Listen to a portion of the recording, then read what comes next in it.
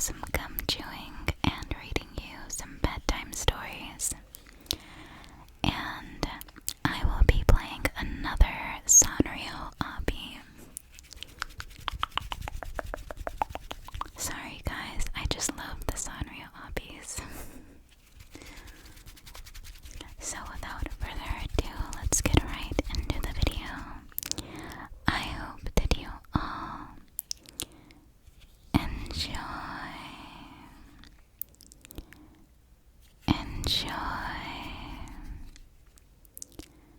enjoy, enjoy, enjoy.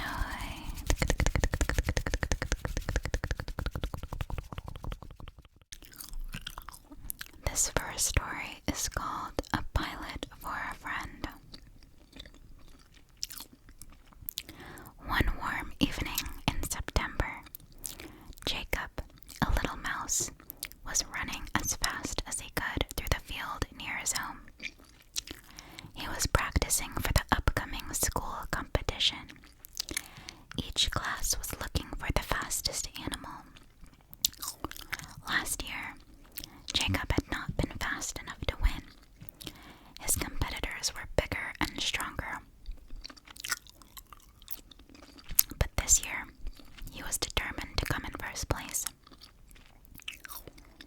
A prize awaited the winner every year. This time, it was a trip. The winner would get to spend an exciting few days camping with their best friends. Jacob's eyes lit up at the thought of telling his friends about his victory. Campfires, playing hide and seek, telling scary stories in the evenings. He could already imagine it, and it was making him run faster and faster. He stopped suddenly when he came upon a large tree. He was completely out of breath, and the tree looked old and withered. It no longer had a single leaf on its branches.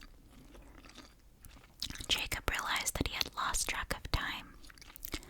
The sun was already quite low in the sky, and the field was getting dark. Suddenly, he heard a deep voice. "Hello, little mouse," it said. "I'm up here." Jacob looked back and saw an unfamiliar black creature hanging from a mighty bare branch. The unknown creature spread its wings, making it seem even more ominous.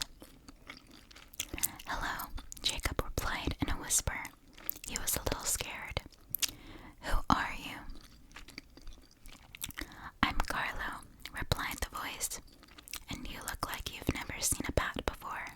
Am I right?" John nodded. "Bat? I've never heard of a bat before," he said. "Why do you stretch out your arms like that, Carlo?" "You call them arms, but to me they're wings," Carlo explained. "You see, I'm a pilot. When you go to sleep, the day begins for me. I'm just getting ready for my trip now." Jacob sat under the big tree, his fears forgotten, and asked Carlo many more questions. He learned that bats don't use their eyes in complete darkness. They find their way around using their ears. And during the day, they sleep in caves or crevices. As Carlo was telling Jacob about his many adventures on his night flights, Jacob heard his mother calling him from far away. She was looking for him. Carlo heard too. Jacob got up to leave, but when he turned back to the bat, all he saw was a dark shadow rising towards the sky. "Farewell," said Carlo. "Jacob, there you are," his mom squeaked as she entered the clearing. "What are you doing out in the cornfield so late?" On the way home, Jacob told his mother everything he had learned about bats. He couldn't wait to tell his siblings and friends about Carlo the next morning. After all, he now had a pilot for a friend. The next story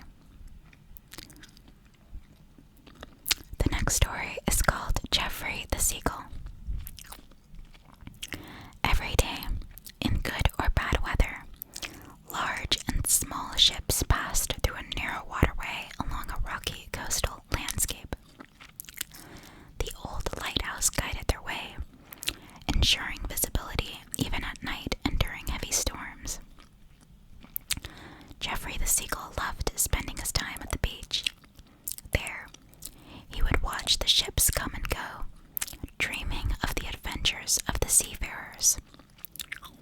One day, as he was eating a lugworm, Jeffrey was startled from his daydream by loud honking.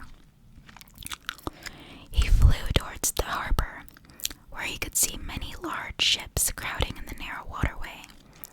It was pure chaos. Jeffrey scratched his head with his wing. No one knew the harbor as well as he did, and there had never been such chaos here. After all, the lighthouse always helped bring the ship safely into the harbor. Then it became clear to him. The light in the lighthouse must not be working. Bad weather was forecast for that afternoon and the next few days. Jeffrey watched as a thick fog rolled in over the harbor and rain started to pour. The large ships were dangerously close to the shore and each other, as they now also struggled to see. Jeffrey thought about how he could help. He had an idea. He grabbed a small lantern and tied it around his neck. Then he flew into the harbor. The waves were getting bigger and Jeffrey could barely see a beak's length ahead of him. But he was not afraid. He knew he was the only one who could help now. No one had studied the lighthouse signals for as long or as closely as he had. As the honking grew louder and the smell of engine oil grew stronger, Jeffrey knew that he had to reach the first ship. He saw a large red wall looming in front of him. He had never been this close to a ship before. He changed course and flew upward. He landed on the ship's railing to get his bearings. It was rocking terribly and the storm was so strong that he had to cling to the railing so that he wasn't blown away. Carefully, he waddled around on the rusted iron bar. He wanted to see where the front of the ship was. Finally, he turned on his lantern and flew up to the bridge. The beam of light made its way through the thick fog. His feathers were wet and heavy, but he didn't mind. Jeffrey liked the stormy sea. When he saw a large pane of glass in front of him, he knew he had found where the captain of the ship usually sits. Captains steered these huge steel blocks through the ocean using lighthouses for orientation. Jeffrey moved his lantern up and down when he saw an old bearded man with a blue cap peering through the thick glass pane. He wondered how long this captain had been on this ship.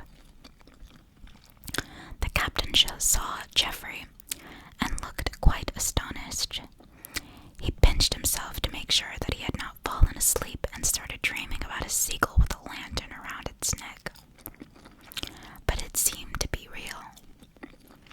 Ahead of him, a soaking wet seagull was flying up and down, eagerly swinging a yellow lantern toward the west.